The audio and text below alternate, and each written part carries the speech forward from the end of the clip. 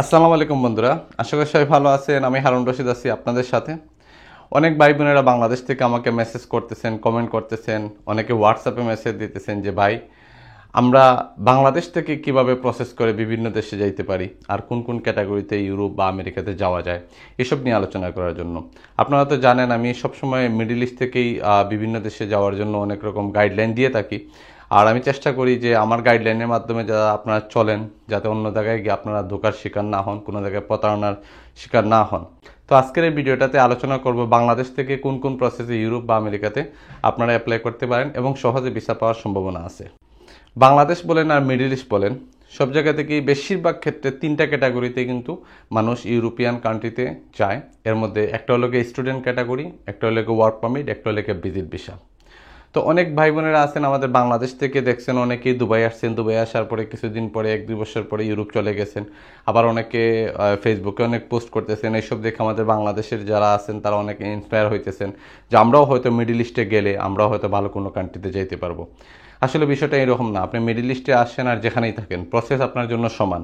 তবে হ্যাঁ, কিছু ক্ষেত্রে একটু হয়, যদি আপনি মিডল ইস্টে কোনো একটা দেশে আসেন, ভালো যদি আপনার পজিশন থাকে সেক্ষেত্রে ভিসার চান্সেস একটু ভালো থাকে। তো আমরা প্রথমেই শুরু করি যে ওয়ার্ক পারমিটের বিষয়টা নিয়ে, যে বাংলাদেশ অথবা অন্যান্য দেশ থেকে ওয়ার্ক পারমিটে যদি ইউরোপিয়ান কোনো কান্ট্রিতে যেতে চান তাহলে তার প্রসেসটা কী। 2024 সাল পর্যন্ত মোটামুটি অনেক দেশেই ওয়ার্ক পারমিটের রেশিও অনেক ভালো ছিল এবং অনেকেই ওয়ার্ক পারমিটে গেছেন, আমরা অনেক ওয়ার্ক পারমিটে কাজ করেছি। কিন্তু এই নতুন বছরে আসার পর থেকে দেখা যাইতেছে ওয়ার্ক পারমিটের রেশিও অনেক খারাপ। বিশেষ করে 24 সালের জুন থেকেই মোটামুটি অনেক দেশে ওয়ার্ক পারমিট জমা নিতেছে না, অনেক দেশে ওয়ার্ক পারমিট হইলেও ভিসা আসতেছে না। এটার প্রসেস হলে সর্বপ্রথম আপনার কোনো একটা ওয়ার্ক বাছাই করতে হবে এবং ওই জবের জন্য আপনি যখন আবেদন করবেন, আবেদন করার পরে তারা একটা টাইম নিবে। আগে 2 থেকে 3 মাস বা 4 মাসের ভিতরে বিভিন্ন দেশে ওয়ার্ক পারমিট চলে আসতো, এখন ওয়ার্ক পারমিট আসতে কমসে কম 6 মাস 8 মাস, কারো 1 বছরও লাগে। আমরা লাস্ট 24 সালে যেগুলো জমা দিছি এখনও পর্যন্ত আমরা ওয়েটিংয়ে আছি, কখন আসবে সেটা কিছুই বলা যাইতেছে না। তো এখন ইমিগ্রেশনগুলো আমাদের বাংলাদেশি বা অন্যান্য দেশে অনেক ক্ষেত্রে ওয়ার্ক পারমিট দিতে কিন্তু অনেক লেট করতেছে। আবার ওয়ার্ক পারমিট দেওয়ার পরের প্রসেস হলে গিয়ে এমবেসি। বাংলাদেশের সবচেয়ে বড় যে সমস্যা সেটা হলো গিয়া সব এমবেসি আমাদের হাতে নাই। আমরা চাইলে যে কোনো এমবেসিতে জমা দিতে পারি না, তখন ওয়ার্ক পারমিট আসার পরে আরেকটা প্রসেস করে তারপরে ইন্ডিয়াতে গিয়ে তারপরে জমা দিতে হয়। এখন হয়তো বাংলাদেশে অনেকগুলা বিএফএসও কালেক্ট করতেছে, কিন্তু প্রবলেম যেটা ভিসার রেশিওটা অনেক কম। আপনি একটা পারমিট জমা দিলেন, পুলিশ ক্লিয়ারেন্স দিলেন, পারমিট জমা দিলেন, দেওয়ার পরে 6 মাস 8 মাস বছর অপেক্ষা করলেন, তারপরে আসলে এমবেসিতে অনেক এমবেসি অ্যাপয়েন্টমেন্ট পাওয়া যায়, আবার অনেক এমবেসির অ্যাপয়েন্টমেন্ট পাওয়া যায় না। তারপরে লং টাইম একটা অপেক্ষা করার পরে এমবেসি ইন্টারভিউ নেওয়ার পরে দেখা গেছে ভিসা রিফিউজ করে দেয়। তো আমি ওয়ার্ক পারমিট ব্যাপারে আপনাদের আপাতত সাজেস্ট করব না। তবে যারা স্টুডেন্ট হিসেবে যাইতে চান তাদের জন্য বিশেষ করে এই আপনারা দেখছেন 2023-24 সালে কিন্তু লন্ডনে আমাদের হিউজ ভাই বোনেরা স্টুডেন্ট ভিসায় গেছেন। তো যাদের আইএলস মোটামুটি 5 পয়েন্টের উপরে আছে তারা চাইলে ইউরোপিয়ান কান্ট্রিগুলার স্টুডেন্ট ভিসা নিয়ে আগাইতে পারেন। ওইখানে সিস্টেম হলে কি আপনার প্রথমে কোনো একটা কান্ট্রির একটা কলেজ বাছাই করতে হবে যেখানে আপনি পড়ালেখা করতে চান। আপনার যদি আইএলস 5 পয়েন্টের উপরে থাকে সেই কলেজে আপনি অ্যাডমিশন নিতে হবে। অ্যাডমিশন নেওয়ার পরে আপনার সব ডকুমেন্ট যখন ওই দেশে পাঠাইবেন, ওইখানে আপনার লয়ার বা এজেন্ট থাকবে, সে ওইখানে সাবমিট করবে, আপনার সেমিস্টার ফি প্রদান করবেন, তারপরে আপনারা এমবেসির অ্যাপয়েন্টমেন্টের মাধ্যমে ইন্টারভিউ দিবেন। এই ক্ষেত্রে আপনার ভিসা হওয়ার চান্সেস প্রায় 80 থেকে 90%। স্টুডেন্ট ভিসাতে বিভিন্ন দেশে আমরা দেখছি ইউরোপিয়ান কান্ট্রিগুলো 80 থেকে 90% ভিসা কিন্তু তারা ইস্যু করে দেয়। আর 3 নম্বরে আসতেছি ভিজিট ভিসা। ভিজিট ভিসা আমরা আরব আমিরাত থেকে প্রচুর ভিজিট ভিসা করেছি আলহামদুলিল্লাহ, এখন আমরা প্রতিনিয়ত করতেছি। তো বাংলাদেশের ভাই বোনদের জন্য বলতেছি, আপনি বাংলাদেশে থাকেন, যে কোনো দেশে থাকেন, মিডল ইস্টে থাকেন, মালয়েশিয়াতে থাকেন, আর সৌদি আরবে থাকেন, দুবাইতে থাকেন, আপনি যদি ভিজিট ভিসায় অ্যাপ্লাই করতে চান, আবেদন করতে চান ইউরোপিয়ান কোনো কান্ট্রিতে অথবা আমেরিকাতে বা কানাডাতে, সেক্ষেত্রে আপনার একটা ভালো প্রোফাইলের দরকার। যেমন আপনি যদি মিডল ইস্টে যান, এখানে আসার পরে আপনাকে এখানে 1-2 বছর থাকতে হবে, আপনার ভালো ব্যাংক ব্যালেন্স থাকতে হবে, আপনার ট্রাভেল হিস্ট্রি থাকতে হবে, তখনই আপনি কোনো একটা ভালো দেশের জন্য আবেদন করলে ভিসা পাবেন। সেম ক্ষেত্রে আপনি বাংলাদেশ থেকে আসেন, বাংলাদেশ থেকে যারা প্রসেস করতে চান তাদের জন্য ভালো একটা ব্যাংক স্টেটমেন্ট দরকার কমসে কম 6 মাসে, যেখানে আপনার 15 লাখ 18 লাখ 20 লাখ অথবা 10-12 লাখ টাকা দেখাইতে হবে। তারপরে আপনার প্রপার্টি পেপার থাকলে সেইটা দেখাইতে হবে। তারপরে যদি আপনার ট্রাভেল হিস্ট্রি থাকে সেটা আপনার জন্য আরও ভালো হয়, ব্যবসা থাকলে সেটাও দেখাইবেন, ভালো জব থাকলে সেটাও দেখাইবেন। এইসব দেখানোর পরে দেখা গেছে আপনি আমেরিকা অথবা ইউরোপিয়ান কান্ট্রিতে যদি অ্যাপ্লাই করেন আপনার ভিসা পাওয়ার চান্সেস অনেক হাই, স্টুডেন্ট অথবা ওয়ার্ক পারমিট থেকেও হাই। এখন কথা হলো যে অনেকেই আছেন ভিজিট ভিসার জন্য প্রোফাইল ভালো কিন্তু ট্রাভেলিং করতে পারতেছেন না, অবশ্যই আপনার ট্রাভেলিং করা দরকার।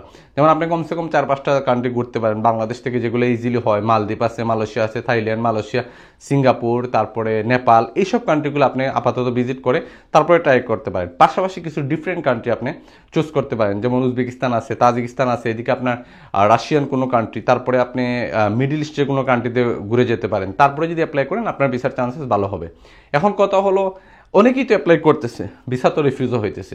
আসলে ওটা এখানে এক্সপিরিয়েন্সের একটা ব্যাপার আছে। অনেকে আছে আপনি কোনো একটা এজেন্সির মাধ্যমে করলেন, সে আপনার ফাইল যেরকম ইন্টারনেটে সার্চ করলো, সার্চ করার পরে দেখলো কী কী ডকুমেন্ট লাগে, আপনার ফাইলটা সে গুছিয়ে দিয়ে দিল। এটাই যে শেষ তা না। একটা এমবেসি এখানে দিছে আপনার রিকোয়ারমেন্ট কী কী, আপনি তার সাথে ভালো কিছু দেখান। আপনার যে এত কিছু আছে, আপনার যে একটা ভালো প্রোফাইল আছে, সেটা তার কাছে উপস্থাপন করতে হবে। আপনি কি সেটা যদি আমি না জানি, তাহলে আমি আপনার মূল্যায়ন কীভাবে করব? ঠিক ওরাও সেম জিনিসটা করে। অনেকে আছে আমেরিকায় ইন্টারভিউ দেন, আমেরিকা ইন্টারভিউ সম্পর্কে কোনো গাইডলাইনই নিতেছেন না, শুধুমাত্র একটা ফর্ম ফিল আপ করে এমবিসির দাঁড়িয়ে গেছেন। ওরা কিছু প্রশ্ন করলো, উনি আনসার করছে, তারপরে ভিসা রিফিউজ করছে। তারা প্রশ্ন করলো আর আপনি আনসার করলেন আর ভিসা রিফিউজ করলো। এখানে যে সীমাবদ্ধ থাকতো তা না, কিছু প্রশ্ন আছে, কিছু উত্তরও ডিফারেন্ট আছে। সেম কিন্তু ইউরোপিয়ান কান্ট্রিতেও আপনার ব্যাংক ব্যালেন্স আছে, আপনার ট্রাভেল হিস্ট্রি আছে, আপনার প্রপার্টি আছে বা বিজনেস আছে, আপনি নিয়ে ডকুমেন্ট জমা দিয়ে দিলেন, আপনার ভিসা রিফিউজ করলো। হ্যাঁ, আপনাকে ভিসা দিয়ে দিতে পারে, কিন্তু যদি আপনার প্রোফাইলটা সুন্দর করে আপনি কোনো অভিজ্ঞ মানুষ দ্বারা যদি আপনি সেটা আবেদন করান, সেক্ষেত্রে দেখা গেছে আপনার জন্য সেটা অনেক ভ্যালুয়েবল হবে। যেমন আরব আমিরাতে আমরা দেখতেছি যারা কিনা ট্যুরিজম সম্পর্কে জানেও না, বুঝেও না, শুধু জানে যে এক জায়গা থেকে আরেক জায়গায় ভিসা আইনা দিয়ে দিতে, এতটুকু জানে। বাট একটা ভিসা কীভাবে করতে হয়, এই ভিসাটা করার জন্য কী কী করণীয়, এটার জন্য কীরকম ফাইল দিলে ভালো হবে, তার এনওসিটা কীরকম দিলে ভালো হবে, তার কভার লেটারটা কীরকম দিলে ভালো হবে, এক একজনের প্রোফাইল এক এক রকম। কিন্তু অনেক এজেন্সি কী করে, একজনেরটা পাইছে ওইটারে কপি মারতে মারতে মারতে মারতে সবাইরে দিয়ে দেয়। তো আপনার প্রোফাইলের সাথে আমার প্রোফাইল মিলবে না। আপনি হয়তো ভালো কোনো ব্যবসা করতেছেন, আমি অন্য কিছু করতেছি, আপনি ভালো জব করতেছেন, আমার জব ভিন্ন। তো ওরা কী করতেছে, ওইগুলোরই কপি মারতেছে। নো, নিজে ক্রিয়েট করতে হবে। কোনো একটা অভিজ্ঞ এজেন্সি যদি হয়, আপনার প্রোফাইলটা সে নিজে ক্রিয়েট করবে, সময় দিবে, সময় দিয়ে আপনাকে একটা এমবিসিতে উপস্থাপন করবে। তার উপস্থাপন এবং আপনার ডকুমেন্ট সবগুলো যদি ঠিকঠাক থাকে, তখন দেখা গেছে এমবিসিতে ভিসা দেয়। এখন বলতেছেন ভিসার রেশিও অনেক সময় 10%। এই 10% কারা? ওই যাদের প্রোফাইল ভালো, যাদের ফাইলগুলো সুন্দর, তারাই কিন্তু ভিসা পায়। সো আপনি কোনো একটা জায়গায় যাবেন, আপনার ড্রেস আপ, আপনার চলাফেরাই তো তারা আপনাকে মূল্যায়ন করবে। ঠিক ওইখানে আপনি যখন এমবিসিতে ফেস করবেন, তখন আপনার ফাইলটা গোছানো হলে অনেক বড় ব্যাপার। তো বাংলাদেশে দেখছি যারাই রিফিউজ খাইছেন, অনেকের সাথে আমার কথা হয়েছে, দুবাইতে, আরব আমিরাতে অনেকের সাথে রিফিউজ খাওয়ার পরে কথা হয়েছে। তাদের বক্তব্য শোনার পরে দেখছি যে তাদের ফাইলগুলো সঠিকভাবে উপস্থাপন করা হয় নাই। আবার অনেক ক্ষেত্রে দেখছি তাদের প্রোফাইল দুর্বল, তাদেরকে আমি সাজেশন দিচ্ছি, ভাই আপনি আরও কিছু দেশ ট্রাভেলিং করেন বা আপনার ব্যাংক ব্যালেন্স মজবুত করেন। তো বাংলাদেশ থেকে করেন, আরব আমিরাত থেকে করেন, যেখান থেকেই করেন, যদি ভিজিট ভিসা অ্যাপ্লাই করেন, তাহলে ভালো কোনো অভিজ্ঞ মানুষের সাথে পরামর্শ করবেন, অথবা তার দ্বারা দিয়া কাজ করাবেন। হ্যাঁ, এজেন্টস হয়তো আপনার কাছ থেকে চার্জেস করতে পারে, এক একটা এজেন্টের এক একটা চার্জেস আছে, কিন্তু আমার কথা লাগে একজনকে যদি আপনি টাকা দেন, সেই টাকাটা যাতে হালাল হয়, সেই টাকাটা যাতে আপনি কাজ পান। অনেকেই আবার অনেক ভুল করেন, অনেক এজেন্টে আপনি একটা কাজ দিয়ে দিয়েছেন, অনেক এজেন্সি কি করছে, সে আমেরিকার ফাইল করছে আপনার জন্য, DS-160 ফর্ম ফিল আপ করছে, কইরা সে আপনাকে ফাইনাল অ্যাপ্লিকেশন পেপারটাই দেয় নাই, সে ওইটা কোথায় হারিয়ে ফেলাইছে, অথবা ডাউনলোডই করে নেয়, অথবা সে হারাইয়া ফেলাইছে। আবার কানাডার জন্য এরকম অনেকে করছে। এখন আপনি ইন ফিউচার, আপনি যদি এখন রিফিউজ হন, ইন ফিউচারে 5-10 বছর বা 2 বছর পরে যখন আবার অ্যাপ্লাই করতে যাবেন, তখন কিন্তু আপনার আজকের ফাইলের কপিটা লাগবে। আর না হলে কিন্তু আপনি ওইটাতে ভিসা সাকসেস নাই বললেই চলে। লন্ডনের ক্ষেত্রেও সেম। এখন আজকে আপনি একজনের দিয়ে অ্যাপ্লাই করাইলেন, সেইটার আজকে একটা ডিটেল দিলেন, 2 বছর পরে আরেকটা ডিটেল দিলেন, তখন কিন্তু আপনার ভিসা হবে না। ভিসা হইলেও আপনাকে রিফিউজ করে দিবে। সো এক্ষেত্রে আপনি কেয়ারফুল, যে কোনো জায়গায় কাজ করেন, যে কোনো জায়গায় আপনি ভিজিট ভিসার কাজ করেন, আপনার অনলাইনে কি কি ইনফরমেশন দেওয়া হয়েছে, আপনার কি কি ফাইল ডকুমেন্ট জমা দেওয়া হয়েছে, সেগুলো আপনার কাছে একটা কপি রাখবেন, ইন ফিউচারে আপনার কাজে লাগবে। অযথা কারো কাছে টাকা দিবেন না। যদি দেখা যায় একটা এজেন্টে দিয়ে কাজ করান, তার সার্ভিস চার্জ আপনি দিতে পারেন, কিন্তু এজেন্সি বললো ভাই আমার কাছে পাসপোর্ট দিয়ে দেন, এত লাখ লাগবে, এইটা লাগবে, সেইটা লাগবে, আপনাকে ভংসং বইলা হিউজ টাকা খরচ করাইবে। সো যারা ভিজিট ভিসার আবেদন করবেন, তাদেরকে আমি এটাই বলি, আপনার প্রোফাইল ঠিক করেন, তারপরে ভিজিট ভিসার আবেদন করেন। আপনাকে আমেরিকা বলেন, কানাডা বলেন, ইউরোপ বলেন, সব দেশ ভিজিট ভিসা দিবে ইনশাল্লাহ। তো আজকের ভিডিও এই পর্যন্তই। নেক্সটে ভালো কোনো ভিডিও পাওয়ার জন্য অবশ্যই আমার চ্যানেলে থাকবেন, আমার ফেসবুক পেজে থাকবেন, ভালো ভালো ভিডিও পাবেন ইনশাল্লাহ। সবাই ভালো থাকবেন, সুস্থ থাকবেন। আল্লাহ হাফিজ।